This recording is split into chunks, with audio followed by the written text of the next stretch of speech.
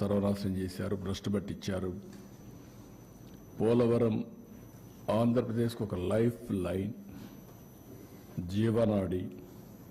అలాంటి అమరావతి పూర్తిగా అంటే పోలవరాన్ని గోదావరిలో కలిపేశారు. ఎవరికి అంతుబట్టినటువంటి విషాదం అది. ఈ విధంగా ఒక్కోటి కాకుండా ఎవ్వరికి ఫ్రీడమ్ లేకుండా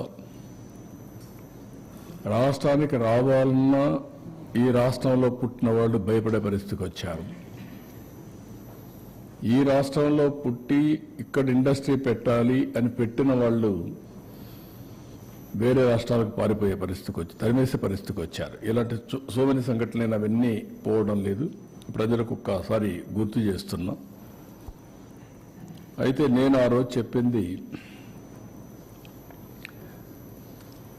అప్పటికే 14 సంవత్సరాల అనుభవం ఉంది,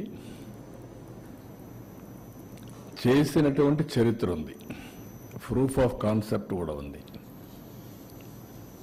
ఒక ఐటీ ఒక ప్రూఫ్ ఆఫ్ కాన్సెప్ట్ 95లో ప్రారంభించిన ఐటీ ఈరోజు ప్రపంచంలో highest per capita income Telugu వారికి వచ్చే పరిస్థితికి వచ్చింది.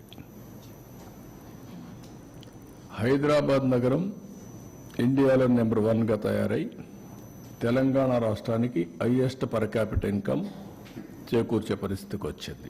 ఇలాంటివి కోకొల్లలు.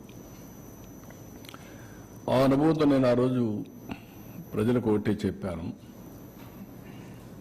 సంపద సృష్టిస్తాం, ఆదాయాన్ని పెంచుతాం.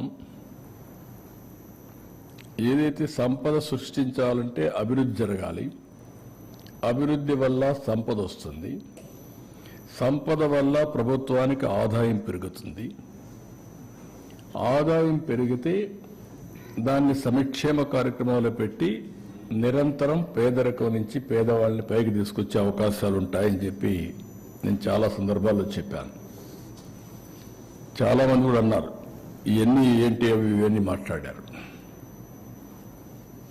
నేను నమ్మిన ఆర్థిక సిద్ధాంతం ఇది. నేను ఇప్పుడు కాదు, 95లో నేను ముఖ్యమంత్రి అయ్యాను. 91లో ఆర్థిక సంస్కరణలు వచ్చాయి. అదే సమయంలో 92, 93 ఆ ప్రాంతంలో ఇంటర్నెట్ రెవల్యూషన్ వచ్చింది. ఈ రెండు కూడా ఇమ్మీడియట్గా అడాప్ట్ చేసుకోరు చాలామంది. ఒక పక్క ఆర్థిక సంస్కరణలు తీసుకొచ్చినప్పుడు అందరూ ఆలోచన ఏంటంటే ఆర్థిక సంస్కరణలు చేసింది కూడా inevitable situation, foreign exchange reserves లేవు, ఆర్థిక సంస్కరణ తప్ప వేరే మార్గమే లేదు.